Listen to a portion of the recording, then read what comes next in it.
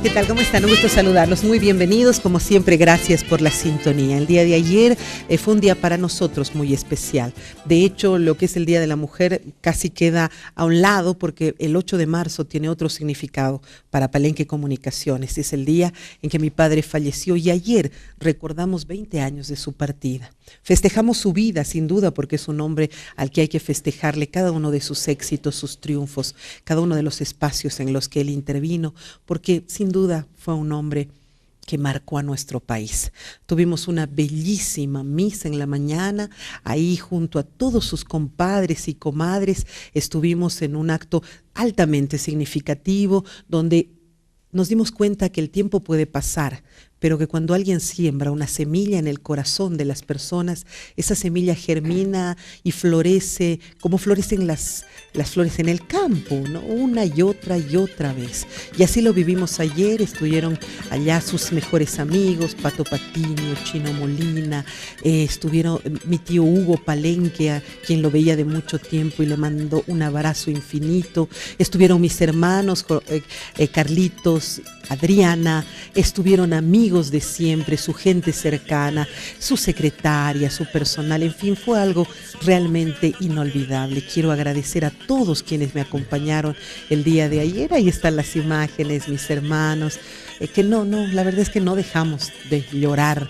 Los años pueden pasar, pero uno no olvida al papá jamás, y más a un papá tan importante como el nuestro. Ha sido un día especial. En la noche tuvimos ya la serenata. Y en la serenata los artistas, que son su otro mundo del compadre, lo fueron los políticos, lo fuimos los comunicadores, pero los artistas fue su otro mundo también, le hicieron un homenaje. Fue lindo, de verdad. 20 años sin ti, mi amor. 20 años sin ti, papito, pero aquí seguimos. Gracias, Álvaro del Pozo, por haberme acompañado el día de hoy. Ha sido un gusto verte, estar ahí entre la multitud. Gracias, Álvaro. Bienvenido. ¿Cómo estás? Bien, gracias a ti, Verónica, por haberme hecho partícipe de tan lindo evento, ¿verdad? Como ustedes lo decían, así celebrar el paso por esta vida de un hombre que ha marcado una huella, que sigue generando emociones, que sigue generando metas incluso para los familiares y otra gente que he visto que nos ha acompañado ese día.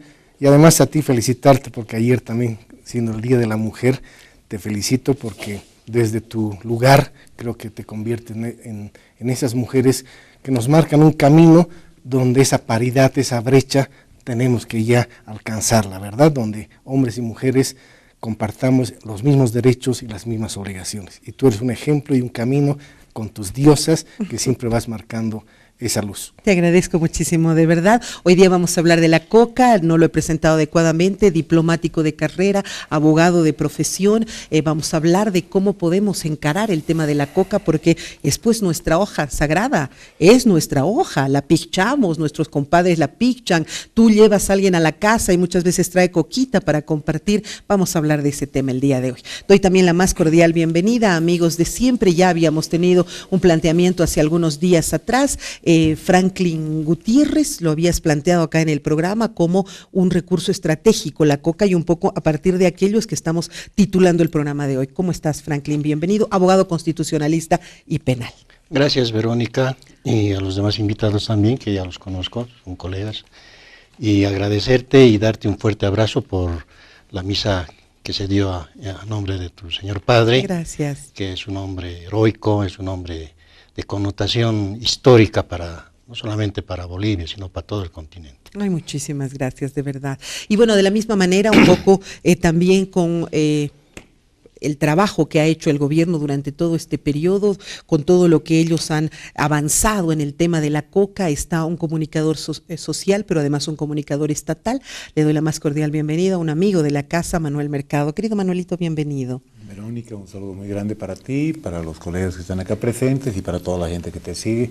Evidentemente también unirme a la memoria de tu papá, una persona evidentemente muy importante. No podemos entender el presente en lo político, en lo cultural, en lo artístico que nos está tocando vivir sin recordar toda la trayectoria de tu papá, ¿no? Es realmente fundacional, diría yo, en muchos sentidos. Es comunicacional también, te das cuenta, porque no solo ha sido arte y ha sido política, ha sido comunicación. Y justamente, y la habilidad de poder reunir todo eso es algo casi inédito en la historia de nuestro país, ¿no? Duda, o sea que lo artístico, lo cultural, lo comunicacional puedan volcarse a la política y desde ahí nuevamente generar un proceso de reconstrucción y de reinterpretación de todas esas dimensiones, ¿no? Realmente importantísima la presencia de tu papá, entonces lo recordamos. Gracias. Y siempre lo vamos Yo sé, y siempre me has manifestado tu admiración por mi padre, tú como comunicador social. Yo decía ayer en un programa de televisión al que me invitaban, decía, tanto nos rasgamos las vestiduras cuando en el Facebook la gente tiene la posibilidad de hablar y de decir, este candidato no me gusta o esta persona me desagrada o mandarlos al diablo. Discúlpenme, pero el compadre ya lo hizo hace 25 años atrás, porque extendí el micrófono a la gente y era exactamente igual que estar en el Facebook, porque la gente iba y decía, lo odio al Goni, me cae mal el gallo, o sea, era lo mismo, estaba dando voz a la gente. Ahora pensamos que esto es lo más moderno, que la gente está empezando a actuar interactivamente, que la comunicación se ha hecho alternativa. Por Dios, mi padre lo hizo hace 25 años atrás, ojalá algún día lo entendamos. Bueno, muchas gracias a todos por las palabras. Habíamos hablado hace algunos días atrás solamente de la Ley General de la Coca. La Ley General de la Coca nos está dando por el momento algunas dificultades, habíamos hablado de la ley 1008, pero se hacía un planteamiento muy interesante aquí en el programa, que de repente en el momento no lo hemos podido aterrizar adecuadamente. Y era una lectura diferente de lo que es nuestra coca. Por lo general tendemos a satanizarla, sí, porque desgraciadamente no nosotros, sino foráneos han hecho de nuestra coca la cocaína. Pero la coca como tal, decía acá Franklin Gutiérrez, es un recurso estratégico. Así lo planteabas, Franklin, y te pido por favor que nuevamente hagas el planteamiento para que podamos comprender un poco tu tesis. Bien, primero en el contexto histórico encontramos una fuente de que la coca es milenaria. Los primeros gobernantes de Bolivia, como la familia Balivián, eran cocaleros. Comercializaban la coca desde Yungas a los centros mineros. Evo Morales no era el primer cocalero presidente, ya estaba. No, para nada. ¿De verdad? Claro que sí. Sorpresa. Murillo también se dedicaba al comercio de la coca, Pedro Domingo Murillo. Y así hay datos históricos de gente que se dedicaba a ese comercio porque generaba buenos recursos. ¿Tú qué preferías? ¿Cultivar papa a cultivar coca? El quintal te cuesta a mí 300 bolivianos, la coca te cuesta alrededor de 1000 bolivianos. ¿Qué prefieres? Esa diferencia abismal de producir papa y coca, entonces llevó a la gente, más la crisis de la minería, llevó a la gente a que vaya a migrar del occidente al trópico Cochabamba. Y en esa época no había cocaína. No había cocaína. La producción ya fuerte de la producción de la coca, porque hay que dividir el que va a cultivar, ¿no es cierto? El productor, el comercializador y el consumidor, son 3 etapas. Entonces, el productor, lógicamente, ve un recurso para subsistir, para mantener a su familia, un recurso muy bueno que es la producción de la coca. Y vemos que la coca, ya en la década de gobierno de Basientos, 67, se incrementa visiblemente la producción de la coca. Y no había cocaína. De 3.000 hectáreas, llegamos a 37.000 hectáreas. Y posteriormente se va controlando, se va reduciendo, y lógicamente hemos reducido la producción de la hoja de coca. Históricamente hablando, en estadísticas incluso del INE, se ha reducido. Esto es un ciclo que va viniendo, ¿no es cierto? Pero no se va a eliminar, y la nueva ley establece que no se puede eliminar. Entonces, cuando yo hacía mi tesis de maestría en altos estudios sobre recursos estratégicos, me preguntaba, bajo esos datos estadísticos, el dinero que genera, las divisas que genera, la participación de la producción de la coca en millones y la elevación del PIB en Bolivia, eso no es un recurso estratégico. Entonces había que dividir la coca, lo que es la producción de coca en Yungas, que es para el consumo, y lo que es la coca ácida del Chapare. ¿Cuál de las cocas puede ser estratégicamente aceptable para la salud? Yungas, la de Yungas, por supuesto que es la de Yungas. Claro. existe un vacío cuando hablamos si la coca del Chapare es estratégica para la salud, para nada. O conocemos alguna industrialización. De todas maneras, de la hoja de coca de gente Chapare. más humilde, la que no tiene acceso, es como lo que decía yo algunos días atrás, decía, la gente más humilde consume hoja del Chapare, porque es más barata, porque también es más ácida. Es como consumir el cigarrillo Camel, Claro. los que pueden, y consumir el Astoria, los que no pueden, que es más barato, un poquito más amargo. Claro. Esa es la diferencia. Pero Sí hay un consumo. alguien le ha orientado a la gente del Chapare que está haciendo daño a su cuerpo con la hoja del Chapare, nadie le ha Es orientado. dañina. El Ministerio de Salud jamás presentó un proyecto que diga, estas son las consecuencias de la hoja del cultivo de coca. Se consume una gran cantidad de agua, pero la del Chapare causa estos daños. Ok, interesante. No sé cuántos estudios hay sobre nuestra hoja de coca, pero el otro día conversando con Álvaro me decía que realmente se podría inclusive utilizar los convenios internacionales como el de Viena para poder asentar ahí todos los estudios y reforzar lo que para nosotros significa la hoja de coca. ¿Cómo es eso, Álvaro? Bueno, obviamente el tema de la hoja de coca ha sido ya incorporado en el contexto internacional. No solo la coca, sino el problema de las drogas. Ya desde principios de 1900 ya se dan las primeras reuniones por la preocupación del opio. Obviamente, a partir de la presidencia de Nixon, se establece la guerra contra las drogas, ¿verdad? Ese proceso en Naciones Unidas significa 3 tipos de convención, la del 61, del 72 y el 88, estupefacientes, psicotrópicos y precursores. Es decir, hay una arquitectura internacional que pretende establecer en esos instrumentos una lucha contra las drogas. Nosotros somos parte de estos instrumentos. Nuestra diplomacia en algún momento pecó, obviamente, como sigue pecando, de improvisación, ¿verdad? ¿Por qué digo esto? Porque en su momento no presentamos las reservas oportunas. Primero sobre la masticación de la hoja de coca, que en 25 años se tenía que erradicar. Casi por decreto dejemos de consumir en Bolivia hoja de coca. ¿Qué cosa? ¿Eso estaba aprobado? Eso estaba. En la 1008 además, ¿no es cierto? ¿También incorporado? No, en la 1008 no. En la 1008 había las 3 respeta. zonas, ¿No? la tradicional, la transitoria. Pero esto y internacionalmente. Internacionalmente la del 61 establece 25 años como plazo para erradicar la masticación, que es el término en términos internacionales, el acullico para nosotros, en 25 años, ¿verdad? Otra, esta es más grave, que la hoja de coca fue parte y es parte de la lista número 1 de estupefacientes. Es decir, si uno ve la lista de estupefacientes de la convención, es cocaína, coca. Y ahí pueden ustedes imaginarse todas las drogas, va a estar la coca. La coca, o sea, a la coca la señala la coca en su estado vegetal es un estupefaciente a los ojos de la comunidad internacional. O sea, es como la marihuana, por ejemplo, no, ¿sí? Peor, como la cocaína o como drogas Dios. un poquito más duras incluso, ¿no? Entonces, 2 grandes problemas a nivel internacional. Pero obviamente, a partir de las presiones internacionales, a partir de ese triángulo de convenciones que te mencionaba, se presionaron a los gobiernos de turno. Claro. Es así que el 88 tenemos nuestra ley 1008, claro, ¿verdad? Que trata de separar, obviamente hay un respeto a la tradicional, la de transición y la ilegal. Entonces, ¿qué hace en estos 11 años el gobierno frente a estos 2 grandes problemas?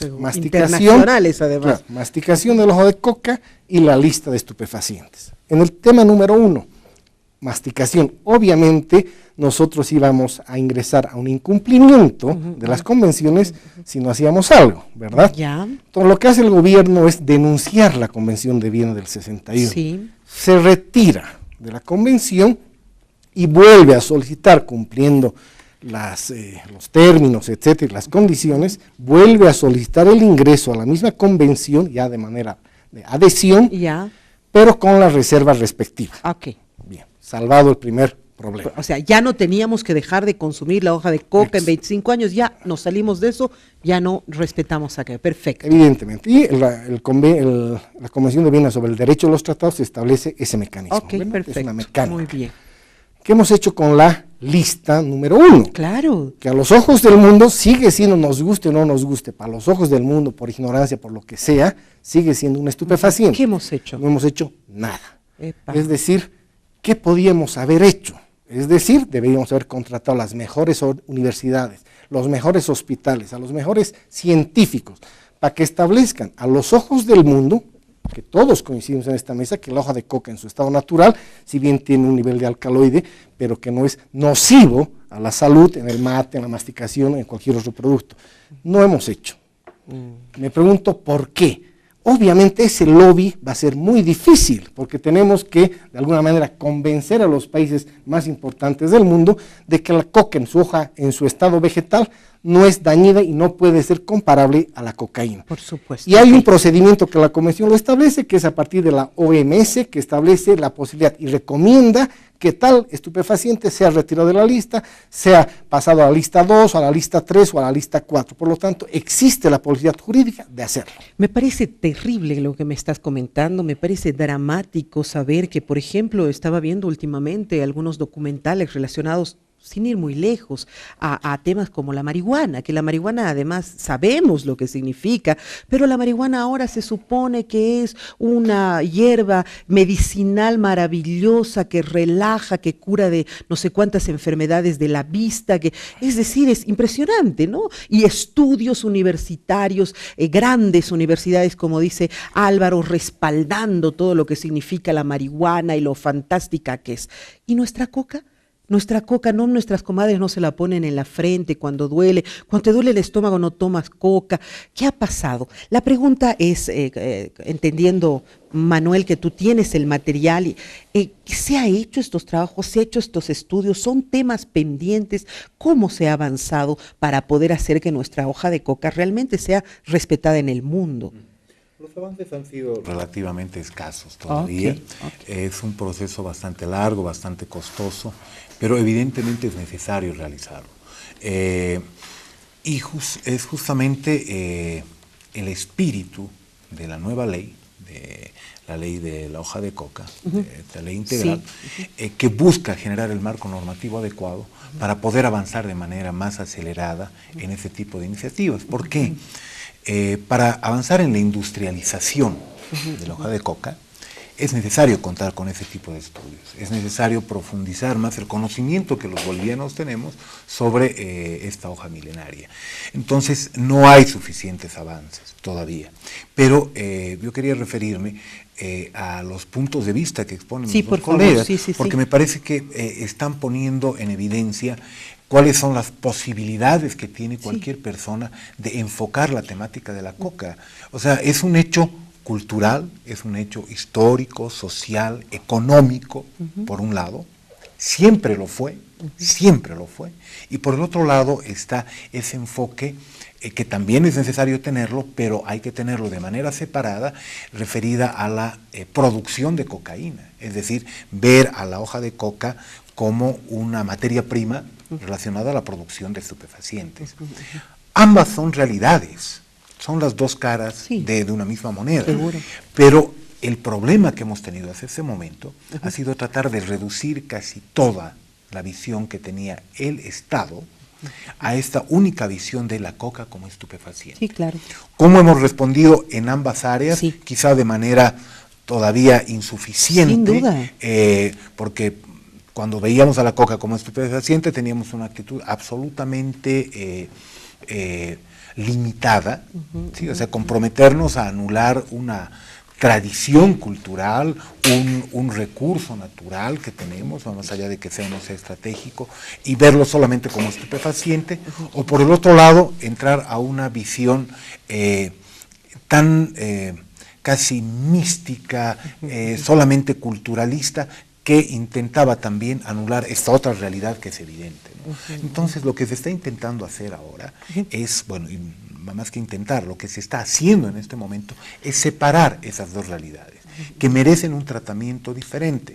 De la misma manera que tú no podrías, por ejemplo, empezar a perseguir a los productores de uva en Francia, en Italia. En Italia, o los de cebada en Alemania. Correcto. Solamente porque a partir de eso se produce o vino y cerveza, y el beber en estado alcohólico produce una cantidad de muertes muchísimo más grande que cualquier otro tipo de actividad relacionada a una producción agrícola, ¿no? Claro, la pregunta es esa justamente, ¿no? ¿Qué hemos hecho para hacer comprender a nuestra sociedad, al mundo entero, cuál es la diferencia? Y por eso es que el programa decide plantearlo de esta manera, porque para mí no se puede ver todo desde la percepción del bien y del mal, no hay polaridades absolutas, eso es una infinita inmadurez de nuestras sociedades de creer que o esto está totalmente bien o esto está totalmente mal. Y entiendo que tenemos que ser respetuosos. Me duele escuchar de Álvaro que en algún momento nuestros propios gobernantes hayan permitido que de forma internacional nos den 25 años para que dejemos de pichar. Es decir, qué falta de respeto con nuestro propio país, con nuestras propias tradiciones y costumbres. Ahí están justamente esos gobiernos que no se sentían identificados con nuestro pueblo.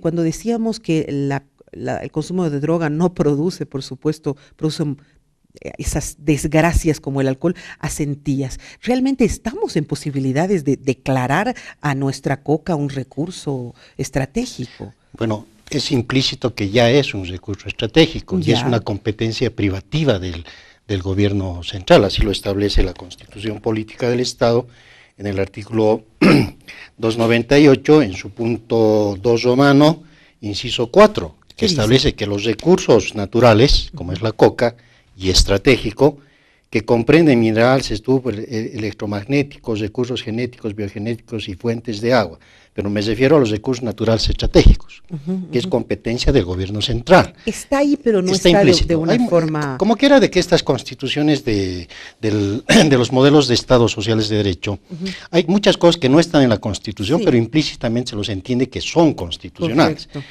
Pero yo quiero partir de un tema principal, la nueva ley del régimen de la coca versus el contexto internacional. A ver.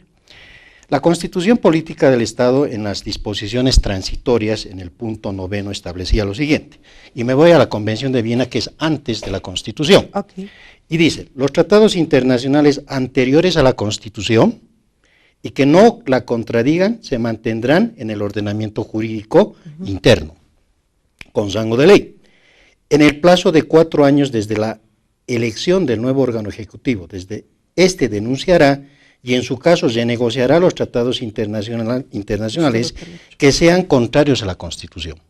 Yo veo que la Convención de Viena es contraria a la actual Constitución, pero el Ejecutivo, el gobierno central, tenía un plazo de 4 años para renegociar ese tratado. Automáticamente esa convención ya no es aplicable por principio de soberanía y cláusula democrática a nuestro país. Pero el gobierno tenía el plazo de 4 años para renegociar, para replantear o para aceptarla. Ya los hemos perdido. Pero no sabemos si el canciller Choquehuanca aplicó esta cláusula novena de las disposiciones transitorias de la Constitución Política del Estado.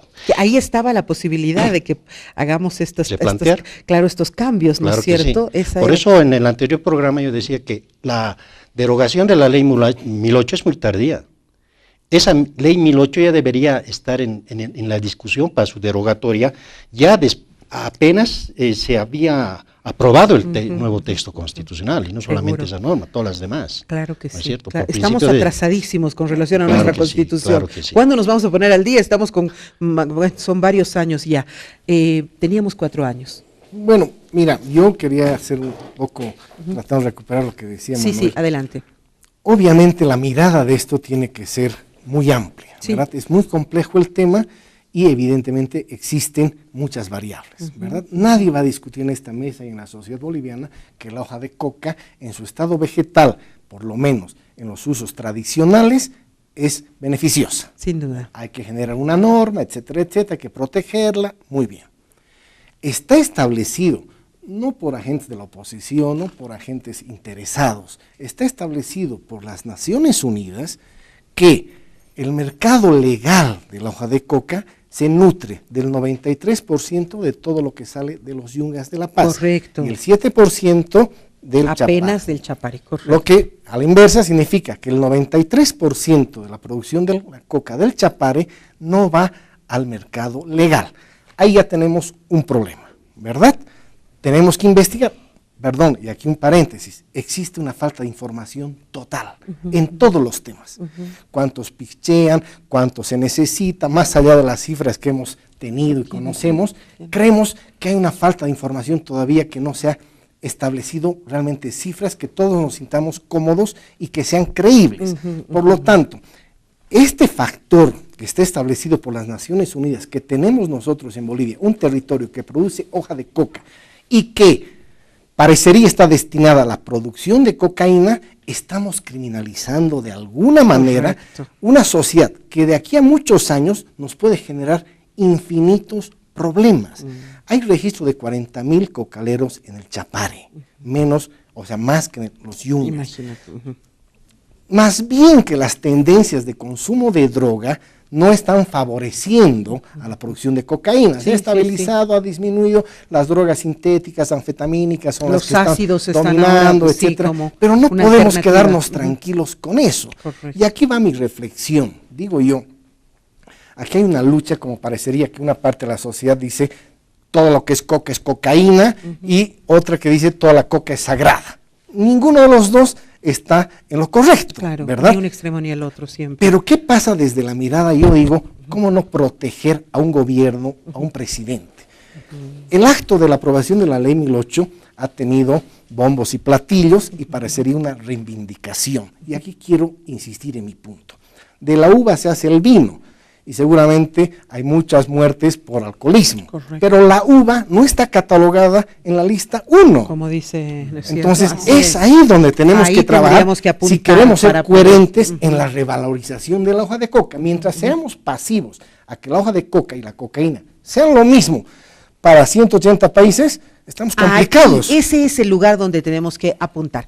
Manuel tiene maravillosos datos, a colores, con todos los colores, parece una huipala eso. Ahora volvemos, déjeme por favor hacer una muy breve pausa, regresamos con esos datos, material que llega directamente desde el Estado plurinacional, que nos van a aclarar un poco, pero sí, o sea, me parece que tendríamos que hacer nomás respetar nuestra hoja de coca, porque finalmente es nomás un privilegio nuestro, si no, pues daría en cualquier parte del mundo. Enseguida regresamos.